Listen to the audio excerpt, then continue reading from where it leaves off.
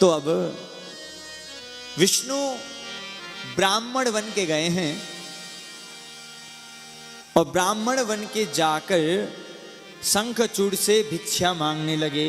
शंखचूड़ भिक्षान देहि, हमें भिक्षा दो। क्या चाहिए भिक्षा में? जो तुम्हारे पास कृष्ण कवच है ना, वो कृष्ण कवच मुझे दे दो। कृष्ण कवच मांग लिया और जैसे ही कृष्ण कवच मांग लिया तो अब ब्राह्मण ने आके मांगा है, अगर ब्राह्मण को मैं खाली हाथ भेज दूं तो अच्छा नहीं होगा, यह सोच के शंखचूड़ ने तुरंत दे दिया। और इधर शंखचूड़ ने कृष्ण कवच प्रदान किया, उधर भगवान श्रीमन नारायण माया रूप धारण करके, शंखचूड़ का रूप धारण करके तुलसी के पास पहुंच गए, जो शंखचूड़ की पत्नी है। शंखचूड़ की पत्नी के पास पहुंच गए। पत्नी के पास पहुंचकर उसका पातिव्रत धर्म नष्ट किया श्रीमन नारायण ने, तुलसी का।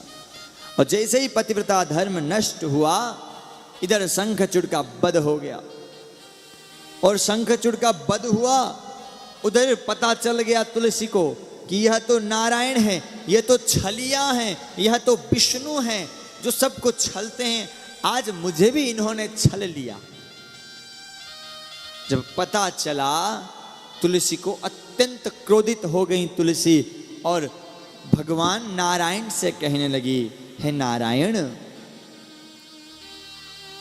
मैंने तो सुना था नारायण बहुत कोमल हृदय के हैं, नारायण अत्यंत दयालु हैं, नारायण भक्त वत्सल हैं, लेकिन आज मुझे पता चला कि नारायण तो अत्यंत कठोर हृदय के हैं।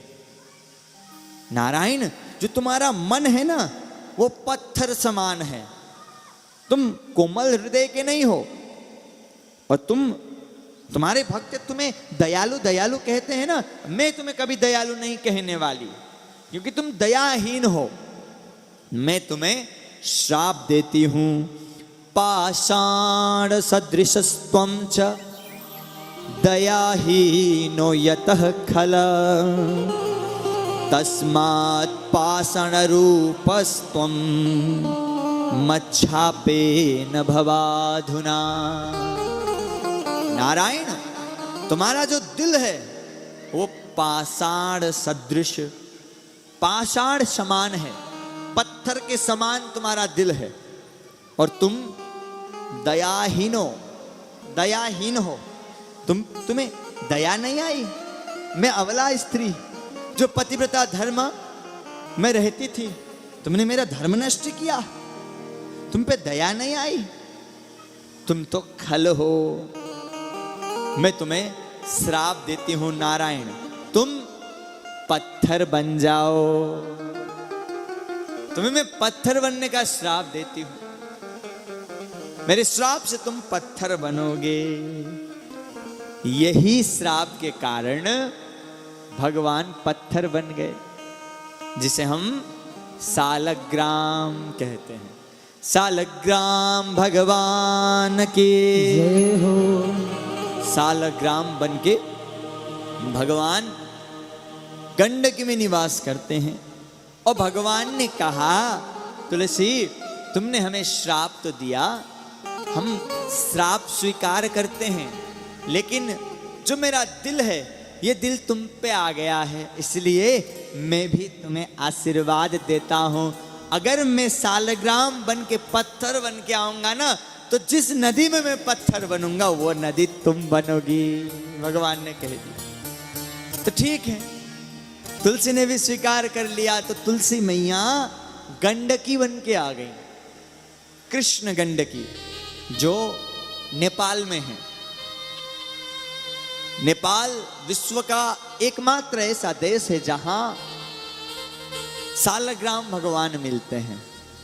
और सालग्राम भगवान विश्व के हर कोने में जहां भगवान की मंदिर है, वहां सालग्राम भगवान मिलते हैं। सालग्राम साक्षात श्रीमन नारायण के स्वरूप है। सालग्राम के अनेक अनेक रूप, जितने भगवान के अवतार हुए हैं ना, उतने स्वरूप में मिलते हैं। कोई चक्र अवतार में मिलते हैं, कोई बराह अवतार में मिलते हैं, कोई कुर्म अवतार में मिलते हैं सालग्राम भगवान। अलग अलग स्वरूप हैं सालग्राम भगवान के, और एक ही नदी है जहां सालग्राम भगवान मिलते हैं, और बाकी कहीं नहीं मिलते। और वो कहाँ मिलते हैं? हरिर्वै शैलरूपी च गंडकी तीरसन्निधौ। गंडकी के जल में, गंडकी नदी में सालग्राम भगवान निवास करते हैं। और सालग्राम भगवान के दर्शन मात्र से, अगर बस दर्शन ही सालग्राम के हो जाए तो अनेक पाप मिट सकते हैं, बस दर्शन से ही। सालग्राम शिला विष्णु तुलस्या तव संगम सदा सादृश्य रूपा च बहु पुण्य विवर्धिनी। सालग्राम भगवान की सेवा में एक नियम है। माताओं के लिए सालग्राम भगवान का स्पर्श निषेध किया गया है। माताओं के लिए सालग्राम भगवान को छूना मना है। मैयाएं सालग्राम को ना छुएं, बस दूर से प्रणाम करें, वो वर्जित किया गया है। और सालग्राम जी से कभी भी तुलसी मैया को अलग नहीं किया जाता। आपके यहाँ सालग्राम भगवान हैं? किन किन के यहाँ सालग्राम जी हैं? हाँ, अच्छा, ठीक। अभी तो बाजार में भी मिलते हैं सालग्राम, लेकिन असली सालग्राम की पहचान अलग होती है।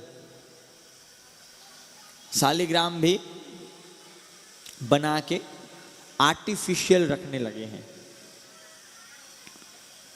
तो पहचान करके सेवा करना पड़ता है। और सालग्राम जी के ऊपर सदैव तुलसी पत्र चाहिए। सालग्राम जी के ऊपर तुलसी रख दो, और सालग्राम के ऊपर तुलसी आप लोग रख सकते हो, उसमें कोई रोक टोक नहीं है, लेकिन बस स्पर्श है। कहीं ये भी मत है कि कोई मत देते हैं कि जो वैष्णव हो गए हैं और जिनका मासिक धर्म रुक गया है वो सेवा कर सकते हैं। कोई ये भी कहते हैं, लेकिन ज़्यादातर मत जो शास्त्रीय मत हैं, स्पर्श वर्जित किया गया है। और सालग्राम और तुलसी जो नित्य सेवा करता है, और नित्य सेवा करके जो सालग्राम जी का जल पीता है, स्नान किया हुआ जो तीर्थ पीता है, वो पुनर्जन्म न विद्यते। अकाल मृत्युहरणम सर्वव्याधि विनाशनम विष्णु चरणदकं पीत्वा पुनर्जन्म न विद्यते। जो विष्णु सालग्राम जी का स्नान किया हुआ जल चरणोदक पीता है ना, वो पुनर्जन्म न विद्यते। उसे फिर बार बार जन्म लेके आने की जरूरत ही नहीं है, वो जन्म लेता ही नहीं। एक बार गया, फिर आना ही नहीं पड़ेगा। बहुत महिमा है, बहुत ही ज्यादा महिमा है सालग्राम जी की। और जो सालग्राम और तुलसी को अलग कराता है, सालग्राम जी की सेवा करते वक्त सालग्राम और तुलसी को जो अलग करता है, उसे तो साप मिलता है। यह भी कहा गया है शिव पुराण में। तुलसी पत्र विच्छेदम सालग्रामे करोति यः तस्य जन्मांतरे भद्रे स्त्री विच्छेदो भविष्यति। जो सालग्राम जी और तुलसी को अलग करता है, जो सालग्राम और तुलसी का विच्छेद करता है, जन्मांतरे भद्रे स्त्री विच्छेद भविष्यति, उसकी भी कभी स्त्री से विच्छेद हो सकता है, संबंध टूट सकता है। जो सालग्राम जी को तुलसी से अलग करता है, और भगवान अत्यंत प्रेम करते हैं तुलसी से। राधे राधे। भगवान श्री हरि तुलसी से बहुत प्रेम करते हैं। तुलसी भगवान की चरण की प्रिया है, यह बात गोपियों ने भी कहा है। भगवान श्री हरि की चरण की प्रिया है तुलसी।